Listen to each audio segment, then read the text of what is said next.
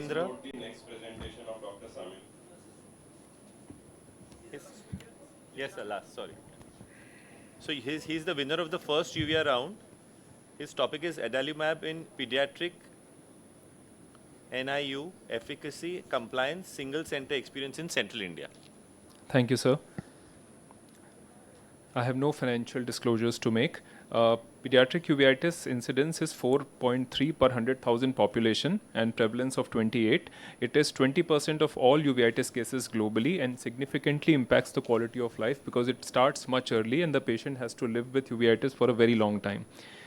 Several studies have clearly demonstrated the efficacy of adalimumab over other immunosuppressive agents alone in managing uveitis, and there has always been a need for alternative therapy in children in order to reduce steroid burden, induction of early remission and maintaining remission, non-daily dosing and minimizing side effects. The purpose of our study was to assess the efficacy of ADA in pediatric chronic non-infectious uveitis and evaluate treatment compliance. The efficacy was evaluated based on inactivity on fluorescein angiogram and ability to maintain remission without corticosteroids. Treatment compliance was evaluated based on producing the empty box of injection during next visit if it was given at home. The study design was retrospective. There were 14 eyes of 7 patients. Patients below 16 years were included and the mean age was approximately 12 years. 4 were males and 3 females. Children cooperative for Optos wide field angiography and OCT were included. No history of prior surgery or implant. Age below 16 years. No history of prior immunosuppression or failure to achieve remission with same. Diagnosed to have chronic course of uveitis and failure to achieve remission in last 1 year without corticosteroids. No infectious etiology during workup. Children who required multiple immunosuppressive therapy for systemic vasculitis were excluded. Children not cooperative.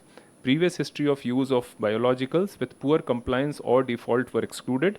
And unavailable history of immunization or active or dormant tuberculosis were also excluded.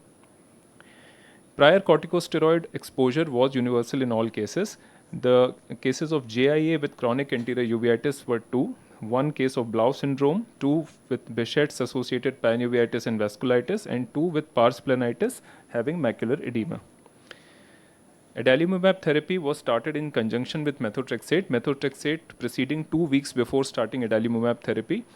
Initially, it was fortnightly dosing, followed by increase in the interval of injections after assessment on fluorescein angiogram. All patients underwent complete ophthalmological evaluation and workup and were cooperative for imaging. Infectious cause, especially tuberculosis, was aggressively ruled out in all cases. Diagnosis was established after thorough examination in collaboration with a rheumatologist, and all patients were started on a combination therapy. The remission was achieved in all cases between 6 to 10 weeks. Except 1 case, which was a case of Behçet's associated panuveitis and vasculitis. This patient could not achieve remission despite 12 injections.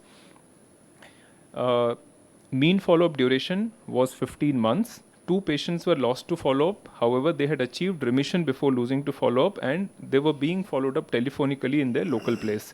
Mean injections received were 7. All patients received adalimumab. Followed by which was preceded by methotrexate. The side effect profile was also acceptable and it was seen that adalimumab can be an effective option in pediatric uveitis and achieved remission in majority of our cohort. Adherence to subcutaneous weekly regimen was very good during maintenance and only 1 patient experienced manageable side effects like myalgia, anorexia and fatigue. This is the picture of the only patient who could not achieve remission despite 12 injections and was very resistant to steroid therapy also. So we are still exploring, re-reviewing this case.